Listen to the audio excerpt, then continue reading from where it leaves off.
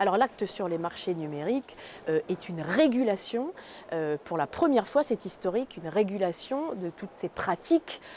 déloyales des contrôleurs d'accès. Vous savez, tous ces géants de la tech, ces GAFAM, qui ont développé des réseaux tentaculaires et qui empêchent finalement des nouveaux entrants, des entreprises, leurs concurrents, de pouvoir pénétrer ces marchés du numérique très lucratifs, très utile, même indispensable aujourd'hui, et qui également pénalise les consommateurs que nous sommes, puisqu'ils n'offrent pas forcément les meilleurs services au meilleur prix. C'est une régulation historique qui vise à leur imposer des obligations et des interdictions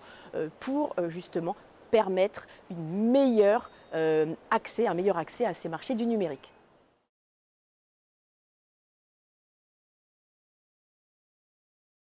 Les enjeux, d'abord, c'est de faire en sorte que très rapidement, on puisse voter, s'accorder en trilogue, dans les cadres des négociations interinstitutionnelles, Parlement européen que je représente, Commission européenne et Conseil de l'Union européenne, faire en sorte que dès 2022, fin 2022, début 2023, cet acte sur les marchés numériques soit vraiment applicable. Et donc, les négociations, en ce moment, elles achoppent sur certains petits sujets qui sont quand même essentiels, et notamment, vous savez, cette liste d'obligations et d'interdictions qui seront faites aux géants du numérique, à ces GAFAM, à ces mastodontes, pour faire en sorte qu'ils puissent obéir à des règles et que pour la première fois, et ça c'est historique, ce ne soit plus le Far West, le shérif. C'est maintenant les autorités, notamment la Commission européenne en particulier, qui va imposer des sanctions si les géants de la tech ne respectent pas les obligations et les interdictions qui leur seront imposées dans le cadre de cet acte. Alors moi je suis rapporteure au titre de la Commission des affaires économiques et monétaires où je suis vice-présidente, et en tant que rapporteure, j'ai pu jusqu'à présent porter la parole de ma commission et voter en plénière en tant que parlementaire européenne sur cette position du Parlement européen adoptée en décembre dernier sur le DMA, et je continue puisque je participe à ces négociations, à ces trilogues pour représenter le Parlement européen et la position du Parlement européen dans ces discussions et négociations qui doivent aboutir au plus vite pour réguler, enfin, mettre fin au Far West numérique. À ce stade, on n'a pas véritablement de ligne rouge, si ce n'est le fait qu'il faut vraiment faire en sorte que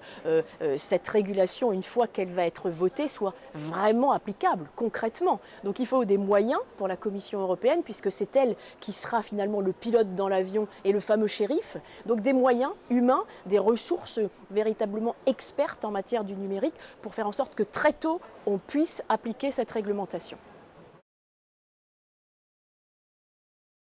Je pense que c'est un dossier qui va aboutir très rapidement, d'abord parce qu'il est consensuel. Tout un chacun a bien conscience du fait que ces GAFAM, ces géants de la tech, nous sont tous indispensables et utiles. C'est important, on ne peut pas les nier et il ne faut pas les condamner. Ce sont leurs pratiques qui sont condamnables, et donc il faut faire très vite. Et donc c'est consensuel, et je pense que d'ailleurs le Parlement européen, la Commission européenne et le Conseil ont pris la mesure en votant chacun leur position en un an. Et donc je pense que très clairement, on va aboutir sous présidence française, et c'est d'ailleurs une des priorités, le numérique,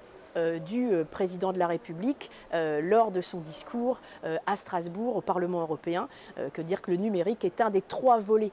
importants, une des priorités de la présidence française de l'Union européenne.